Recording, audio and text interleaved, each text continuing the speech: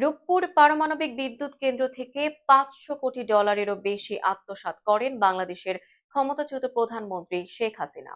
Global defence কর্পের প্রতিবেদনে উঠে এসেছে এমন তথ্য।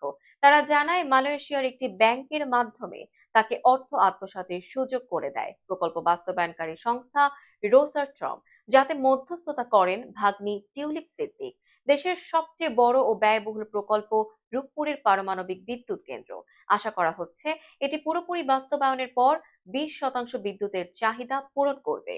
সম্প্রতি এই বিষয়ে নিজস্ব অনুসন্ধানের ভিত্তিতে প্রতিবেদন প্রকাশ করেছে গ্লোবাল ডিফেন্স কর্পোরেশন নামে একটি পোর্টাল।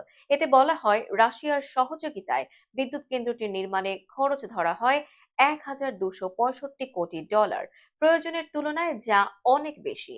যাতে মালয়েশিয়ার এক ব্যাংকের মাধ্যমে শেখ হাসিনাকে এই বাজেট থেকে $500 কোটি আত্মসাতের সুযোগ করে দেয় প্রকল্প বাস্তবায়নকারী সংস্থা রোসাট্রম। নিজের ভাগ্নি টিউলিপ সিদ্দিকের মধ্যস্থতায় রাশিয়ার সঙ্গে এই চুক্তি করেন তৎকালীন প্রধানমন্ত্রী শেখ হাসিনা।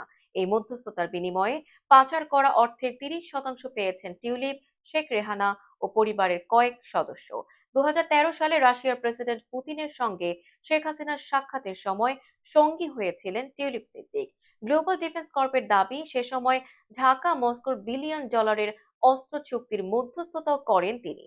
2009 সালে প্রচ্ছায়া লিমিটেড নামে একটি ভুয়া কোম্পানি চালু করেন টিউলিপ সিদ্দিক। তার মা শেখ রেহানা ও চাচা তৎকালীন প্রধানমন্ত্রীর প্রতিরক্ষা উপদেষ্টা তারিক আহমেদ সিদ্দিক। যুক্তরাষ্ট্রেও জুমানা ইনভেস্টমেন্ট নামে একটি কোম্পানি রয়েছে তাদের। গ্লোবাল ডিফেন্স কর্পের অভিযোগ, এই কোম্পানির মাধ্যমেই বিভিন্ন দেশের অফশোর অ্যাকাউন্টে অর্থ পাচার করতেন শেখ হাসিনা।